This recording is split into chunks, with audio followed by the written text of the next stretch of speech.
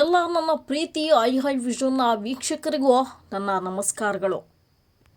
ಸ್ನೇಹಿತರೆ, ಹೊಟ್ಟೆಗೆ ಇಟ್ಟಿಲ್ದಿದ್ರು ಜುಟ್ಟಿಗೆ ಮಲ್ಲಿಗೆ ಹೂ ಬೇಕು ಅಂತ ಕೇಳುವಂತಹ ಪಾಕಿಸ್ತಾನ ಯಾವಾಗಲೂ ಯುದ್ಧದಲ್ಲಿ ಕಾಲು ಕೆರೆದುಕೊಂಡೇ ನಿಂತಿರತ್ತೆ. ಪ್ರತಿಯೊಂದು ಯುದ್ಧದಲ್ಲೂ ಗೆಲ್ಲೋದಕ್ಕೆ ಆಗದೇ ಇಲ್ಲ ಅನ್ನೋ ರೀತಿ ತನ್ನ ಅಸಮರ್ಥತೆಯನ್ನು ತೋರಿಸ್ಕೊಂಡ್ರೂ ಕೂಡ, ಅದನ್ನು ಪಡಿಸ್ಕೊಂಡ್ರು ಕೂಡ, ನಾನು ಬಿದ್ದ ಮೀಸೆ ಮಣ್ಣಾದರೂ ನಾನು ಒರೆಸ್ಕೊಂಡೇ ಬರ್ತೀನಿ ಅಂತ ಮುಂದಾಗ್ತಾನೇ ಇರತ್ತೆ. ಇಷ್ಟೆಲ್ಲ ಆದ್ರೂ ತನಗೆ ಬೇಕಾದಂತಹ ಒಂದಷ್ಟು ಮೂಲ ಸೌಲಭ್ಯಗಳನ್ನು ಒದಗಿಸ್ಕೊಳ್ಳೋಕ್ಕೆ ಅದಕ್ಕಾಗಲ್ಲ. ಏನೋ ನಾವೊಂದಷ್ಟು ಯಾವುದಾದ್ರೂ ರೀತಿಯಲ್ಲಿ ಸಹಾಯವನ್ನು ಮಾಡೋಣ ಅಂತ ಬೇರೆ ಬೇರೆ ರಾಷ್ಟ್ರಗಳು ಸಹಾಯಕ್ಕೆ ಬಂದರೂ ಸಹ ಅದನ್ನು ಯಾವ ರೀತಿ ಉಪಯೋಗಿಸ್ಕೋಬೇಕು ಅನ್ನೋದು ಸಹ ಈ ಒಂದು ಪಾಕಿಸ್ತಾನಕ್ಕೆ ಗೊತ್ತಾಗ್ತಿಲ್ಲ. ಪದೇ ಪದೇ ತಾನು ಅಸಮರ್ಥ ಅಂತ ಏನು ಒಪ್ಕೊಳ್ಳೋ ಥರ ಕಾಣಿಸತ್ತೆ. ಸದ್ಯ ಪಾಕಿಸ್ತಾನದ ರಕ್ಷಕನಂತಿರುವ ಚೀನಾ ಬಡಪಾಯಿ ಪಾಕ್ ಬದುಕೊಳ್ಳೋದಕ್ಕೆ ನೆರವಾಗೋಕ್ಕೋಸ್ಕರನೇ ಚೀನಾ ಪಾಕಿಸ್ತಾನ ಕಾರಿಡಾರ್ ಯೋಜನೆಯನ್ನು ರೂಪಿಸಿತ್ತು. ಆದರೆ ಈ ಅವಕಾಶ ತಮ್ಮ ಅಸಮರ್ಥತೆ ಹಾಗೆ ಬೆನ್ನುಮೂಳೆ ಇಲ್ಲದೆ ಆಡಳಿತ ವ್ಯವಸ್ಥೆಯಿಂದ ಸ್ವತಃ ಹೂಡಿಕೆದಾರರ ಈ ನಿಮ್ಮ ಸವಾಸ ನಮಗೆ ಬೇಡ ಅಂತ ದೇಶದಿಂದನೇ ಹೊರಟೋಗ್ಬಿಡ್ತಾರೆ. ಈ ಕುರಿತು ಮಾತನಾಡಿರುವಂತಹ ಪಾಕಿಸ್ತಾನದ ಯೋಜನಾ ಸಚಿವ ಅಕ್ಸಾನ್ ಇಟ್ಬಾಲ್, ಈ ಯೋಜನೆ ಹಿಂದಿನ ಇಮ್ರಾನ್ ಖಾನ್ ಸರ್ಕಾರದಲ್ಲಿ ರಾಜಕೀಯ ಗೊಂದಲದಿಂದನೇ ಮುರಿದು ಬಿತ್ತು ಅಂತ ಹೇಳ್ಕೊಂಡಿದ್ದಾರೆ. ಇಲ್ಲಿ ನೋಡಿ, ಅಮೆರಿಕದ ಟ್ರಂಪ್ ಸರ್ಕಾರ ಹೊಸ ವೀಸಾ ನೀತಿಯನ್ನು ತಂದಿದೆ. ಅದೇನಪ್ಪ ಅಂದರೆ, ಅಮೆರಿಕದಲ್ಲಿ ಪ್ರತಿಭೆಗಳ ಕೊರತೆಯನ್ನು ನೀಗಿಸೋದಕ್ಕೋಸ್ಕರ ವಿದೇಶಿ ಪ್ರತಿಭೆಗಳನ್ನು ಅಮೆರಿಕಾಗೆ ಕರೆತರುವಂತಹ ಅನಿವಾರ್ಯತೆ ಇದೆ ಅಂತ ಟ್ರಂಪ್ ಈಗಾಗಲೇ ಹೇಳಿದರು. ಇವರ ಹೇಳಿಕೆಯ ಬೆನ್ನಲ್ಲೇ ಅಮೆರಿಕದ ಖಜಾನೆ ಕಾರ್ಯದರ್ಶಿ ಮಾತನಾಡಿಬಿಟ್ಟು, ವಿದೇಶಿ ನುರಿತ ಉದ್ಯೋಗಿಗಳನ್ನು ಅಲ್ಪಾವಧಿಗೆ ಕರೆತಂದು ಅಮೆರಿಕದವರಿಗೆ ತರಬೇತಿಯನ್ನು ನೀಡಲಾಗುತ್ತೆ, ಬಳಿಕ ಅವರು ಅವ್ರ ದೇಶಕ್ಕೆ ಮತ್ತೆ ಹೋಗ್ತಾರೆ ಅಂತ ಹೇಳಿದರೆ. ಅಲ್ಲೋಡಿ, ಹೊರದೇಶದಲ್ಲಿರುವಂತಹ ಪ್ರತಿಭಾನ್ವಿತ ಉದ್ಯೋಗಿಗಳೇನಿದ್ರೆ ಅವ್ರ ಮುಖಾಂತರ ಅಮೇರಿಕಾದ ಉದ್ಯೋಗಿಗಳಿಗೆ ಒಂದಷ್ಟು ಟ್ರೈನಿಂಗ್ಗಳನ್ನು ಕೊಡಿಸಿ ಮತ್ತೆ ಅವ್ರ ದೇಶಕ್ಕೆ ಅವರು ವಾಪಸ್ ಹೋಗ್ತಾರೆ ಅಂತ ಹೇಳಿದ್ದಾರೆ. ಅಷ್ಟೇ ಅಲ್ಲದೆ ಉತ್ಪಾದನಾ ಕ್ಷೇತ್ರವನ್ನು ಅತಿ ಹೆಚ್ಚು ರೀತಿಯಲ್ಲಿ ಪುನಶ್ಚೇತನಗೊಳಿಸೋದು ಇದರ ಒಂದು ಪ್ರಮುಖ ಮುಖ್ಯ ಉದ್ದೇಶ ಆಗಿದೆ. ಅಷ್ಟೇ ಅಲ್ಲ, ಟ್ರಂಪ್ ಸರ್ಕಾರ ಹೊಸ ಆರ್ಥಿಕ ನೀತಿಗಳ ಕುರಿತು ಒಂದಷ್ಟು ಚರ್ಚೆಗಳನ್ನು ಕೂಡ ಮಾಡ್ತಾ ಇದೆ. ಈಗಾಗಲೇ ಕಡಿಮೆ ಆದಾಯ ಇರುವಂತಹ ಕುಟುಂಬಗಳಿಗೆ ತೆರಿಗೆ ರಿಯಾಯಿತಿಯನ್ನು ನೀಡೋದ್ರ ಕುರಿತು ಕೂಡ ಆಲೋಚನೆ ನಡೆಸ್ತಾ ಇದೆ ಅಂತ ಹೇಳಿದ್ದಾರೆ. ಅಷ್ಟೇ ಅಲ್ಲದೆ ಇದು ಎಲ್ಲದರ ನಡುವೆ ಬೆಸೆಂಟ್ನ ಈ ಹೇಳಿಕೆ ಅಮೇರಿಕಾಗೆ ಹೊಸದಾಗಿ ಏನು ವಲಸೆ ಹೋಗಬೇಕು ಅಂತ ಅಂದ್ಕೊಳ್ತಾ ಇದ್ದಾರೆ ಅಂತಹ ಉದ್ಯೋಗಿಗಳನ್ನು ಅಮೆರಿಕದ ಪ್ರಜೆಗಳಿಗೆ ಕೆಲಸ ಕಲಿಸುವ ಮೂಲಕ ಅಲ್ಲಿನ ನಿರುದ್ಯೋಗ ಪರಿಸ್ಥಿತಿಯನ್ನು ಸುಧಾರಿಸಿದ ನಂತರ ತಮ್ಮ ದೇಶದಿಂದ ಹೊರ ಕಳಿಸುವ ಮೂಲಕ ಅವರನ್ನು ಕೇವಲ ಒಂದು ದಾಳವಾಗಿ ಬಳಸ್ತಿದ್ಯಾ ಅನ್ನುವಂತಹ ಪ್ರಶ್ನೆ ಕೂಡ ನಮ್ಮಲ್ಲಿ ಮೂಡಲಿಕ್ಕೆ ಆರಂಭ ಆಗುತ್ತೆ. ಇಲ್ಲಿ ನೋಡಿ, ಅವ್ರಿಗೆ ಹೇಗೆ ಬೇಕೋ ಹಾಗೆ ನಮ್ಮ ದೇಶದ ಒಂದಷ್ಟು ಪ್ರತಿಭಾನ್ವಿತ ಉದ್ಯೋಗಿಗಳನ್ನು ಬಳಸ್ಕೊಂಡು ಅವರಿಗೆ ಟ್ರೈನಿಂಗ್ ಕೊಟ್ಟು ಅದಾದ ನಂತರ ಅವರ ದೇಶಕ್ಕೆ ಅವರನ್ನು ಕಳಿಸ್ತಾರಂತೆ. ಕಳಿಸಿದ್ಮೇಲೆ ಏನು ಬೇರೆ ದೇಶದ ಉದ್ಯೋಗಿಗಳು, ಪ್ರತಿಭಾನ್ವಿತ ಉದ್ಯೋಗಿಗಳು ಹೋಗಿ ಅವರಿಗೆ ಕೆಲಸ ಮಾಡಿಕೊಟ್ಟು ಕೆಲಸ ಕಲಿಸ್ಕೊಟ್ಟು ಮತ್ತೆ ವಾಪಸ್ ಹೋಗೋಕ್ಕೆ ಅವರೇನು ಬಿಟ್ಟು ಬಿದ್ದಿದಾರ ಅಥವಾ ಅವರು ಅಮೇರಿಕದ ಗುಲಾಮರ? ಅಲ್ಲಿ ಶಾಶ್ವತವಾಗಿ ಕೆಲಸ ಇರಲ್ಲ ಅಂತೆ, ಆದರೆ ಸ್ವಲ್ಪ ದಿನ ಬಿಟ್ಟು ಮತ್ತೆ ಅವ್ರ ದೇಶಕ್ಕೆ ಅವರು ಹೋಗ್ಬೇಕಂತೆ. ಯಾರೂ ಕೂಡ ಇದಕ್ಕೆ ಒಪ್ಪಬಾರ್ದು. ನೋಡ್ರಿ, ನಾವು ಕೆಲವೇ ದಿನಗಳ ಮಟ್ಟಿಗೆ ಇರಲ್ಲ ಅಂತ ಒಂದಷ್ಟು ಚಾಲೆಂಜಸ್ ಹಾಕಬೇಕು, ಆಗ ಅವರಿಗೆ ಬುದ್ಧಿ ಬರುತ್ತೆ ನೋಡಿ. ಇನ್ನು ರಷ್ಯಾ ಉಕ್ರೇನ್ನ ರಾಜಧಾನಿಯಾಗಿರುವಂತಹ ಕೀವ್ ಮೇಲೆ ಡ್ರೋನ್ ಮತ್ತು ಕ್ಷಿಪಣಿಗಳಿಂದ ಭಾರೀ ದಾಳಿ ನಡೆಸಿಬಿಟ್ಟಿದೆ. ಈ ದಾಳಿಯಲ್ಲಿ 4 ಜನ ಸಾವನ್ನಪ್ಪಿದ್ದು 27 ಜನ ತೀವ್ರವಾಗಿ ಗಾಯಗೊಂಡಿದ್ದಾರೆ. ಅಷ್ಟೇ ಅಲ್ಲದೆ ವಸತಿ ಕಟ್ಟಡಗಳು, ಶಾಲೆಗಳು, ಆಡಳಿತ ಕಟ್ಟಡಗಳಿಗೆ ತೀವ್ರವಾಗಿ ಹಾನಿಯಾಗಿದೆ. ಅಲ್ಲಲ್ಲಿ ಬೆಂಕಿ ಹಾಗೆ ಅವಶೇಷಗಳು ನಗರಾದ್ಯಂತ ಹರಡ್ಕೊಂಡ್ಬಿಟ್ಟಿದೆ. ಅಲ್ಲಿ ವಿದ್ಯುತ್ ಸರಬರಾಜಿಗೂ ಕೂಡ ತೀವ್ರವಾದಂತಹ ಅಡಚಣೆ ಉಂಟಾಗಿದೆ ಅಂತ ಹೇಳಲಾಗ್ತಿದೆ. ಸದ್ಯ ಕೀವ್ ಪ್ರದೇಶದ ಹೊರಗಿನ ಕೆಲವು ನಗರಗಳಲ್ಲಿ ಕೂಡ ದಾಳಿ ಸಂಭವಿಸಿದೆ ಅಂತ ಈಗ ತಿಳಿದು ಬಂದಿರುವಂತಹ ವಿಷಯ.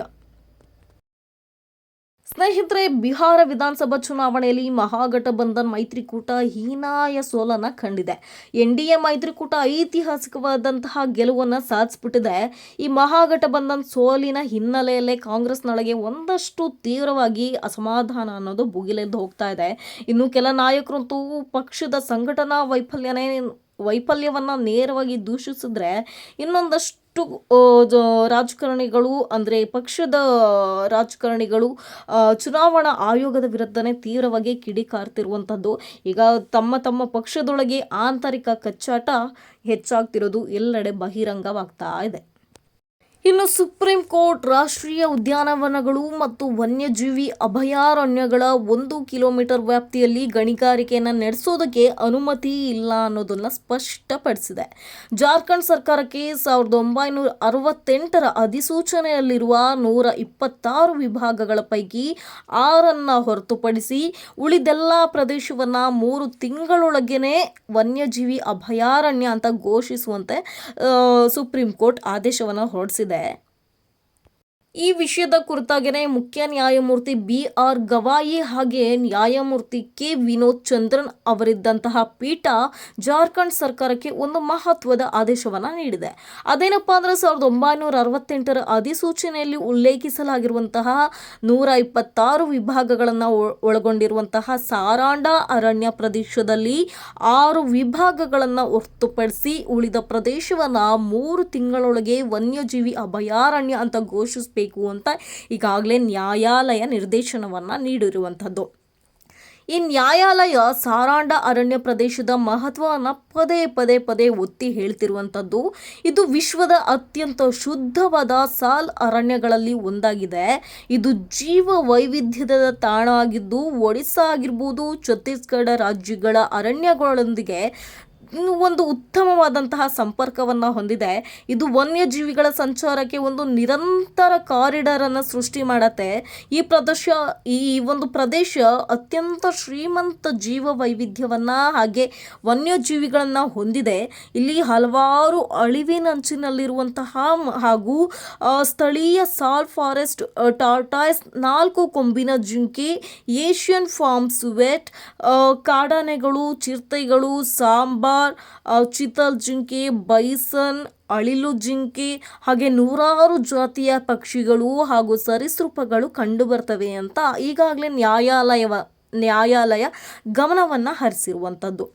ಹಾಗೆ ಬುಡಕಟ್ಟು ಜನರ ಹಕ್ಕುಗಳಿಗೆ ರಕ್ಷಣೆಯನ್ನು ನ್ಯಾಯಾಲಯ ತನ್ನ 71 ಪುಟಗಳ ತೀರ್ಪಿನಲ್ಲಿ ರಾಜ್ಯ ಸರ್ಕಾರಕ್ಕೆ ಒಂದು ಪ್ರಮುಖ ಸೂಚನೆಯನ್ನು ಸಹ ನೀಡಿದೆ. ಈ ಪ್ರದೇಶದಲ್ಲಿ ವಾಸಿಸುವ ಬುಡಕಟ್ಟು ಜನರು ಮತ್ತು ಅರಣ್ಯವಾಸಿಗಳ ವೈಯಕ್ತಿಕ ಮತ್ತು ಸಮುದಾಯದ ಹಕ್ಕುಗಳಿಗೆ ಯಾವುದೇ ರೀತಿಯಲ್ಲಿ ತೊಂದರೆ ಆಗುವುದಿಲ್ಲ ಎನ್ನುವಂತಹ ಮಾಹಿತಿಯನ್ನು ವ್ಯಾಪಕವಾಗಿ ಪ್ರಚಾರ ಮಾಡಬೇಕು ಅಂತ ಕೂಡ ಆದೇಶವನ್ನು ಹೊರಡಿಸಿದೆ. ಸ್ನೇಹಿತರೆ, ದೆಹಲಿ ಕಾರು ಬಾಂಬ್ ಸ್ಫೋಟದ ತನಿಖೆ ಚುರುಕುಗೊಳ್ತಾ ಇದೆ. ಹಾಗೆ ರಾಷ್ಟ್ರೀಯ ತನಿಖಾ ದಳ ಈ ದುಷ್ಕೃತ್ಯದ ಹಿಂದಿರುವಂತಹ ದುಷ್ಟರನ್ನ ಸದೆಬಡಿಯುವಂತಹ ಕಾರ್ಯದಲ್ಲಿ ದೃಢ ನಿರ್ಧಾರದೊಂದಿಗೆ ಕೆಲಸ ಕಾರ್ಯಗಳನ್ನು ಮುಂದುವರಿಸ್ತಾ ಇದೆ. ಈ ಮಧ್ಯದಲ್ಲೇ ಉಗ್ರರು ಏನು 2008ರಲ್ಲಿ ಇದೇ ಒಂದು ನವೆಂಬರ್ 26ನೇ ತಾರೀಕು ಮುಂಬೈ ದಾಳಿ ಮಾದರಿಯಲ್ಲೇನೆ ದೆಹಲಿಯಲ್ಲಿ ಕೂಡ ಸರಣಿ ದಾಳಿಗಳನ್ನು ನಡೆಸಬೇಕು ಅನ್ನೋದಕ್ಕೆ ಒಂದಷ್ಟು ಯೋಜನೆಗಳನ್ನು ರೂಪಿಸ್ತಾ ಇದ್ರು ಅನ್ನುವಂತಹ ಸ್ಫೋಟಕ ಮಾಹಿತಿ ಹೊರಗೆ ಬೀಳ್ತಾ ಇದೆ. ಈಗಾಗಲೇ ಅಂದರೆ ಏನು 2008 ನವೆಂಬರ್ ಅಂದು ಮುಂಬೈ ದಾಳಿ ರೀತಿಯಲ್ಲೇ ದೆಹಲಿಯಲ್ಲಿ ಸರಣಿ ದಾಳಿಯನ್ನು ಉದ್ದೇಶಿಸಿದ್ದಂತಹ ಉಗ್ರರು ಕೆಂಪುಕೋಟೆ, ಇಂಡಿಯಾ ಗೇಟ್, ಕಾನ್ಸ್ಟಿಟ್ಯೂಷನ್ ಕ್ಲಬ್ ಹಾಗೆ ಗೌರಿಶಂಕರ್ ದೇವಾಲಯ ಸೇರಿದಂತೆ ರಾಷ್ಟ್ರದ ರಾಜಧಾನಿಯ ಹೃದಯ ಭಾಗದಲ್ಲಿರುವಂತಹ ಒಂದಷ್ಟು ಪ್ರಮುಖ ಸ್ಥಳಗಳನ್ನು ಗುರಿಯಾಗಿಟ್ಟಿಸ್ಕೊಂಡಿದ್ರು ಅಂತ ಅಂದು ತನಿಖೆ ದಳದಿಂದ ತಿಳಿದು ಬಂದಿರುವಂಥದ್ದು. ಈಗಾಗಲೇ ನವೆಂಬರ್ 26, 2008ರಂದು ನಡೆದಂತಹ ಮುಂಬೈ ದಾಳಿಯ ಸಮಯದಲ್ಲಿ ತಾಜ್ ಹೋಟೆಲ್ ಆಗಿರ್ಬೋದು ಅಥವಾ ಒಬೇರಾಯ್ ಹೋಟೆಲ್ ಆಗಿರ್ಬೋದು, ಛತ್ರಪತಿ ಶಿವಾಜಿ ಮಹಾರಾಜ್ ಟರ್ಮಿನಸ್ ಹಾಗೆ ಲಿಯೋಪೋಲ್ಡ್ ಆಸ್ಪತ್ರೆ ಸೇರಿದಂತೆ ಒಟ್ಟು 12 ಸ್ಥಳಗಳಲ್ಲಿ ಒಂದೇ ಸಮಯದಲ್ಲಿ ಗುಂಡಿನ ದಾಳಿಯ ಹಾಗೆ ಬಾಂಬ್ ದಾಳಿಯನ್ನು ಮಾಡಿದರು. ದೆಹಲಿಯಲ್ಲೂ ಕೂಡ ಇದೇ ರೀತಿಯ ಒಂದು ದಾಳಿಯನ್ನು ಅನುಸರಿಸಬೇಕು ಅಂತ ಬಯಸಿದಂತಹ ಉಗ್ರರು ಅಂತಿಮ ಕ್ಷಣದಲ್ಲಿ ಈ ಯೋಜನೆಯಿಂದ ಹಿಂದೆ ಸರಿದು ಕೇವಲ ಒಂದೇ ಒಂದು ಸ್ಥಳದಲ್ಲಿ ದಾಳಿಯನ್ನು ನಡೆಸಿದ್ದಾರೆ. ಇದು ಒಂದು ದಾಳಿ ನಡೆಸಿದ್ದಾರೆ ಅನ್ನುವಂತಹ ವಿಚಾರ ಪ್ರಾಥಮಿಕ ತನಿಖೆಯಿಂದ ತಿಳಿದು ಬಂದಿರುವಂಥದ್ದು. ಈ ಸರಣಿ ದಾಳಿಗಾಗಿ ಸುಮಾರು 200 IEDಗಳನ್ನು ಸಂಗ್ರಹಿಸುವ ಪ್ರಯತ್ನ ಕೂಡ ನಡೆದಿತ್ತು ಅನ್ನೋದು ನಮಗೆ ಆಘಾತಕಾರಿ ವಿಚಾರ ಕೂಡ ಆಗಿರುವಂಥದ್ದು. ಸ್ನೇಹಿತರೆ, ಮಕ್ಕಳಿಲ್ದಂತಹ ಕೊರ್ಗನ ಮರೆತು ಸುಮಾರು 184 ಆಲದ ಮರಗಳನ್ನು ನೆಟ್ಟು ಬೆಳೆಸುವ ಮೂಲಕ ಪರಿಸರ ಪ್ರೇಮವನ್ನು ಮೆರೆದಂತಹ ಸಾಲು ಮರದ ತಿಮ್ಮಕ್ಕ 8,000ಕ್ಕೂ ಹೆಚ್ಚು ಗಿಡಗಳನ್ನು ನೆಟ್ಟು ವೃಕ್ಷ ಮಾತೆ ಅಂತಾನೆ ಪ್ರಸಿದ್ಧಿಯನ್ನು ಹೊಂದಿದ್ರು. ಸುಮಾರು 114 ವರ್ಷಗಳ ಸುದೀರ್ಘ ಬದುಕು ನಡೆಸಿದಂತಹ ಇವರು ತಮ್ಮ ಮಹತ್ತರ ಸೇವೆಗೆ ಪದ್ಮಶ್ರೀ ಸೇರಿದಂತೆ 100ಕ್ಕೂ ಹೆಚ್ಚು ಪ್ರಶಸ್ತಿಗಳನ್ನು ಗೌರವಗಳನ್ನು ಪಡೆದಿದ್ರು. ಅವರ ಒಂದು ನಿಧನಕ್ಕೆ ಮುಖ್ಯಮಂತ್ರಿಯವರು ಕೂಡ ಸಂತಾಪವನ್ನು ಸೂಚಿಸಿರುವಂಥದ್ದು. ಹಾಗೆ ಮರ ಸುತ್ತಿ ಪೂಜೆ ಪುನಸ್ಕಾರವನ್ನು ಎಷ್ಟೋ ಜನ ಮಕ್ಕಳಿಲ್ಲ ಅಂತ ಮಾಡ್ತಾರೆ. ದಶಕಗಳ ಹಿಂದೆ ಮಕ್ಕಳಿಲ್ಲ ಎನ್ನುವಂತಹ ಕೊರಗಲ್ಲಿದ್ದಂತಹ ತಿಮ್ಮಕ್ಕ ಎಲ್ಲ ಮಹಿಳೆಯರಂತೆ ಮರ ಸುತ್ತಿದ್ರೆ ಸಾಲು ಮರದ ತಿಮ್ಮಕ್ಕ ಅಂತ ಅನಿಸ್ಕೋತಿರ್ಲಿಲ್ಲ ಅನ್ಸತ್ತೆ. ಒಂದು ಮಕ್ಕಳ ತಾಯಿಯಾಗುವ ಬದಲು 1000 ಮರಗಳನ್ನು ಬೆಳೆಸಿ ವೃಕ್ಷ ಮಾತೆ ಆದರು ಕಣ್ರಿ ಅವರು. ತಿಮ್ಮಕ್ಕ ಅವರು ತುಮಕೂರು ಜಿಲ್ಲೆಯ ಗುಬ್ಬಿ ತಾಲೂಕಿನವರು. ಅವರ ತಂದೆ ಹೆಸರು ಚಿಕ್ಕರಂಗಯ್ಯ ಅಂತ, ತಾಯಿ ವಿಜಯಮ್ಮ ಅಂತ. ಅವರಿಗೆ ಸರಿಯಾಗಿ ಶಾಲೆಗೆ ಹೋಗುವ ಅವಕಾಶ ಏನೋ ಸಿಗ್ತಿರ್ಲಿಲ್ಲ. ಹತ್ತಿರದ ಕಲ್ಲು ಗಣಿಯಲ್ಲಿ ಕೂಲಿ ಕೆಲಸ ಮಾಡ್ತಿದ್ದಂಥವ್ರು ಅವರು. ತಿಮ್ಮಕ್ಕನವರು ಚಿಕ್ಕಯ್ಯ ಎನ್ನುವಂಥವ್ರನ್ನ ಮದುವೆ ಆಗ್ತಾರೆ. ಚಿಕ್ಕಯ್ಯ ಅವರು ರಾಮನಗರ ಜಿಲ್ಲೆಯಲ್ಲಿರುವಂತಹ ಮಾಗಡಿ ತಾಲೂಕಿನ ಹುಲಿಕಲ್ ಗ್ರಾಮದವರು. ಈ ದಂಪತಿಗಳಿಗೆ ಮದುವೆ ಆಗಿದ್ರು, ಮಕ್ಕಳೇನೂ ಆಗಿರಲಿಲ್ಲ. ಊರವರು ಕುಟುಂಬಸ್ಥರಿಂದ ದಂಪತಿ ಯಾವಾಗಲೂ ಕೂಡ ನಿಂದನೆಗೇನೆ ಒಳಗಾಗ್ತಿದ್ರು. ಈ ಕೊರಗನ ನೀಗಿಸ್ಕೋಬೇಕು ಅನ್ನೋಂತಹ ವಿಚಾರಕ್ಕಾಗಿನೇ ಮರಗಳನ್ನು ಬೆಳೆಸೋದಕ್ಕೆ ಮುಂದಾಗ್ತಾರೆ. ಮೊದಲಿಗೆ ತಿಮ್ಮಕ್ಕ ತಮ್ಮ ಪತಿ ಚಿಕ್ಕಯ್ಯನೊಂದಿಗೆ ಸೇರಿ ಕುದೂರಿನಿಂದ ಹುಲಿಕಲ್ ತನಕ ಸುಮಾರು 4 ಕಿಲೋಮೀಟರ್ ಉದ್ದಕ್ಕೆ ಸುಮಾರು 284 ಆಲದ ಮರಗಳನ್ನು ನೆಟ್ಟು ಬೆಳೆಸೋದ್ರ ಮೂಲಕ ಪರಿಸರ ಪ್ರೇಮವನ್ನು ಮೆರೀತಾರೆ. ತಮ್ಮ ಅತ್ಯಲ್ಪ ಆದಾಯವನ್ನೇ ಬಳಸಿಕೊಂಡು ಬಿಂದಿಗೆಯಲ್ಲಿ ನೀರು ಹೊತ್ತು ತಂದು ಮುಳ್ಳುಕಾಟಿಯಿಂದನೇ ಸಸಿಗಳನ್ನು ರಕ್ಷಿಸಿ ಅವುಗಳನ್ನು ಬೆಳೆಸುವ ಮೂಲಕ ಇಂದಿಗೂ ಲಕ್ಷಾಂತರ ರೂಪಾಯಿ ಮೌಲ್ಯದ ಆಲದ ಮರದ ತೋಪುಗಳನ್ನು ಸೃಷ್ಟಿಸಿದ್ದಾರೆ ಕಣ್ರಿ ಅವರು. ಇಂದಿಗೂ ಕುದೂರಿನಿಂದ ಹುಲಿಕಲ್ ತನಕ ಹೋಗುವ ರಾಜ್ಯ ಹೆದ್ದಾರಿಯ ಬದಿಯಲ್ಲಿ ತಿಮ್ಮಕ್ಕ ಬೆಳೆಸಿರುವಂತಹ ಆಲದ ಮರಗಳು ಈಗಲೂ ಕೂಡ ನಮ್ಮ ಕಣ್ಣಿಗೆ ನೋಡ್ಲಿಕ್ಕೆ ಸಿಗ್ತವೆ. ಈಗ ಕರ್ನಾಟಕದ ಸರ್ಕಾರನೇ ಆ ಒಂದು ಮರಗಳ ನಿರ್ವಹಣೆಯನ್ನು ಮಾಡ್ತಿರುವಂಥದ್ದು. ಇವರು ನಿಧನದ ನಂತರನೂ ಕೂಡ ತಿಮ್ಮಕ್ಕ ತಮ್ಮ ಗಿಡ ನೆಡುವಂತಹ ಕಾರ್ಯವನ್ನು ಮುಂದುವರಿಸ್ಕೊಂಡು ಬರ್ತಾ ಇದ್ರು. ಮಕ್ಕಳಿಲ್ದಂತಹ ನೋವನ್ನು ಮರೆತು 8,000ಕ್ಕೂ ಹೆಚ್ಚಿನ ಗಿಡಗಳನ್ನು ನೆಟ್ಟು ಬೆಳೆಸಿರುವಂಥದ್ದು. ಅವರ ಈ ಒಂದು ಮಹತ್ತರ ಸೇವೆಗೆ 2019ರಲ್ಲಿ ಪದ್ಮಶ್ರೀ ಪ್ರಶಸ್ತಿ, ರಾಷ್ಟ್ರೀಯ ನಾಗರಿಕ ಪ್ರಶಸ್ತಿ, ಇಂದಿರಾ ಪ್ರಿಯದರ್ಶಿನಿ ವೃಕ್ಷ ಮಿತ್ರ ಪ್ರಶಸ್ತಿ, BBC 100 ಪ್ರಭಾವಶಾಲಿ ಮಹಿಳೆಯರಲ್ಲಿ ಸ್ಥಾನ ಸೇರಿದಂತೆ 100ಕ್ಕೂ ಹೆಚ್ಚಿನ ಗೌರವಗಳು ಇವರಿಗೆ ಸಂದಿರುವಂಥದ್ದು. ಅವರ ಹೆಸರಿನಲ್ಲಿ ಅಮೆರಿಕದ ಪರಿಸರ ಸಂಸ್ಥೆಗಳು ಸಂಪನ್ಮೂಲ ಕೇಂದ್ರಗಳನ್ನು ಕೂಡ ಸ್ಥಾಪಿಸಿದವೆ. 2020ರಲ್ಲಿ ಕರ್ನಾಟಕ ಕೇಂದ್ರೀಯ ವಿಶ್ವವಿದ್ಯಾಲಯ ಕೂಡ ಇವರಿಗೆ ಗೌರವ ಡಾಕ್ಟರೇಟ್ ಅನ್ನು ನೀಡಿ ಗೌರವಿಸಿರುವಂಥದ್ದು. ಇದು ಅವರ ಸೇವೆಯ ಜಾಗತಿಕ ಮಹತ್ವವನ್ನು ತೋರಿಸುತ್ತೆ ಕಣ್ರಿ. 2019ರಲ್ಲಿ ಬಾಗೇಪಲ್ಲಿ ಹಾಗೆ ಹಲ್ಗೂರು ರಸ್ತೆ ಅಗಲೀಕರಣದ ಸಂದರ್ಭದಲ್ಲಿ ಅವರೇ ಬೆಳೆಸಿದಂಥದ್ದು 70 ವರ್ಷದ ಹಳೆಯ ಆಲದ ಮರಗಳನ್ನು ಕಡಿಯುವ ಅಪಾಯಕ್ಕೆ ಸಿಲುಕಿದ್ವು. ಆಗ ತಿಮ್ಮಕ್ಕ ಅವರು ನೇರವಾಗಿ ಮುಖ್ಯಮಂತ್ರಿ ಹಾಗೆ ಉಪಮುಖ್ಯಮಂತ್ರಿಗಳನ್ನ ಭೇಟಿ ಮಾಡಿ ಮನವಿ ಮಾಡಿದ್ರು. ಅವರ ಮನವಿಗೆ ಸ್ಪಂದಿಸಿದಂತಹ ಸರ್ಕಾರ ಕೂಡ ಮರಗಳನ್ನು ಉಳಿಸೋದಕ್ಕೆ ಪರ್ಯಾಯ ಮಾರ್ಗವನ್ನು ಹುಡುಕಿದ್ರು. ಸುಮಾರು ಕಳೆದ 2 ದಶಕಗಳಿಗಿಂತಲೂ ಹಿಂದೆ ತಿಮ್ಮಕ್ಕ ಶಾಲೆಗಳು, ಸಭೆ ಸಮಾರಂಭಗಳು, ಸಾರ್ವಜನಿಕ ಸ್ಥಳಗಳಲ್ಲಿ ಗಿಡ ನೆಡುವ, ಮರಗಳನ್ನು ರಕ್ಷಿಸಿ ಪೋಷಣೆ ಮಾಡುವಂತಹ ಬಗ್ಗೆ ಜಾಗೃತಿಯನ್ನು ಮೂಡಿಸ್ತಾ ಇದ್ರು. ಸದ್ಯ ಅವರ ಸಾವು ಕರ್ನಾಟಕದ ಪಾಲಿಗೆ ತುಂಬಲಾರದಂತಹ ನಷ್ಟ ಆಗಿರುವಂಥದ್ದು.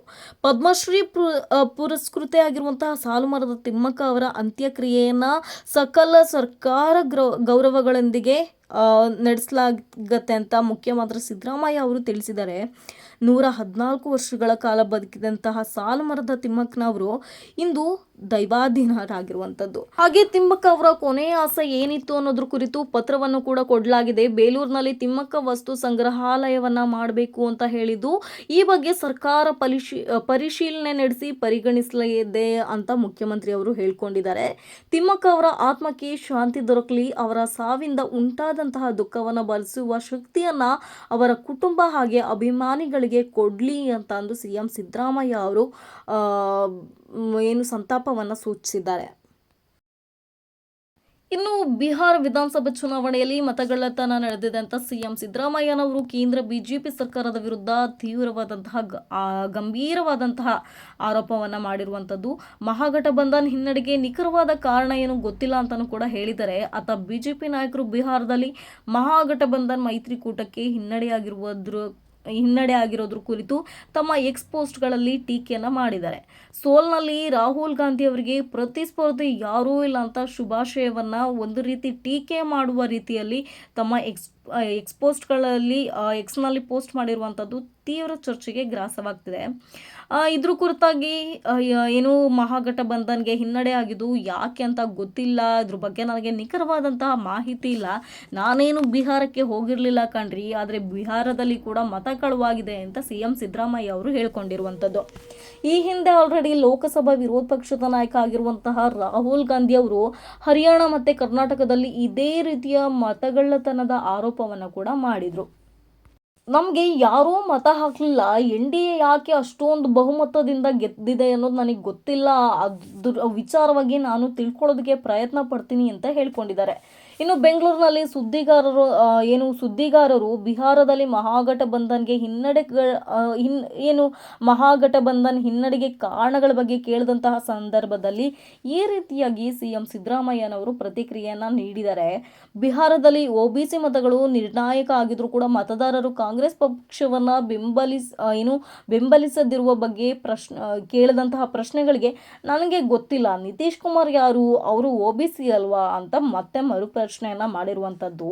ಬಿಹಾರ ಕಾಂಗ್ರೆಸ್ ಮತ್ತೆ ಅದರ ನಾಯಕ ರಾಹುಲ್ ಅವರ ವೋಟ್ ಚೋರಿ ಬಗ್ಗೆ ಪ್ರಶ್ನೆ ಕೇಳಿದಂತಹ ಸಂದರ್ಭದಲ್ಲಿ ಬಿಹಾರದಲ್ಲಿ ಕೂಡ ವೋಟ್ ಚೋರಿ ನಡೆದಿದೆ ಅಂತ ಹೇಳ್ತಾ ಇದ್ದಾರೆ.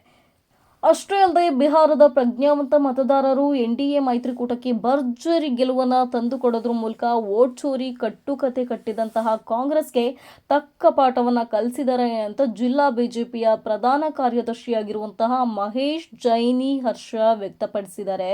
ಪತ್ರಿಕಾ ಪ್ರಕಟಣೆಯನ್ನ ನೀಡಿರುವಂತಹ ಅವರು ವೋಟ್ ಚೋರಿ ಆರೋಪ ಮಾಡುವ ಮೂಲಕ ದೇಶದ ಮತದಾರನನ್ನ ಅಪಮಾನಿಸಿದಂತಹ ಕಾಂಗ್ರೆಸ್ಗೆ ಬಿಹಾರ ವಿಧಾನಸಭಾ ಚುನಾವಣೆಯಲ್ಲಿ ಹೀನಾಯವಾದಂತಹ ಸೋಲಾಗಿದೆ. ಕಾಂಗ್ರೆಸ್ ನಾಯಕ ರಾಹುಲ್ ಗಾಂಧಿ ಹಾಗೂ ಆ ಪಕ್ಷದಲ್ಲಿರುವಂತಹ ಕೆಲ ಮುಖಂಡರು ಇನ್ನು ಮುಂದೆ ಆದರೂ ಮತದಾನದ ಕುರಿತು ಅಪಪ್ರಚಾರವನ್ನು ಮಾಡೋದನ್ನು ನಿಲ್ಲಿಸಲಿ ಅಂತ ಹೇಳಿದ್ದಾರೆ. ಅಷ್ಟೇ ಅಲ್ಲದೆ ರಾಜ್ಯದಲ್ಲಿ ಮುಂಬರುವಂತಹ ದಿನಗಳಲ್ಲಿ ಸ್ಥಳೀಯ ಸಂಸ್ಥೆಗಳ ಚುನಾವಣೆಯಲ್ಲೂ ಕಾರ್ಯಕರ್ತರ ಬಲದಿಂದ ಬಿಜೆಪಿ ಭರ್ಜರಿ ಜಯ ಸಾಧಿಸಲಿದೆ ಅಂತ ಈಗ ಯಾರು ಮಹೇಶ್ ಜೈನಿ ಏನಿದ್ದಾರೆ ಅವರು ವಿಶ್ವಾಸವನ್ನು ವ್ಯಕ್ತಪಡಿಸ್ತಾ ಇದ್ದಾರೆ. ನೋಡೋಣ ಇನ್ನು ಮುಂದಿನ ದಿನಗಳಲ್ಲಿ ಯಾವ ಪಕ್ಷ ಬರುತ್ತೆ, ಯಾರು ಈಗ ಗೆಲುವನ್ನ ಯಾವ ರೀತಿ ತಿರ್ಚಾಕ್ತಾರೆ ಅನ್ನೋದನ್ನ. ಸ್ನೇಹಿತರೆ, ಇದಿಷ್ಟು ಇವತ್ತಿನ ಒಂದಷ್ಟು ಪ್ರಮುಖ ಸುದ್ದಿಗಳು. ಇನ್ನಷ್ಟು ಸುದ್ದಿಗಳಿಗಾಗಿ ವೀಕ್ಷಿಸಿ ಐ ವಿಷನ್.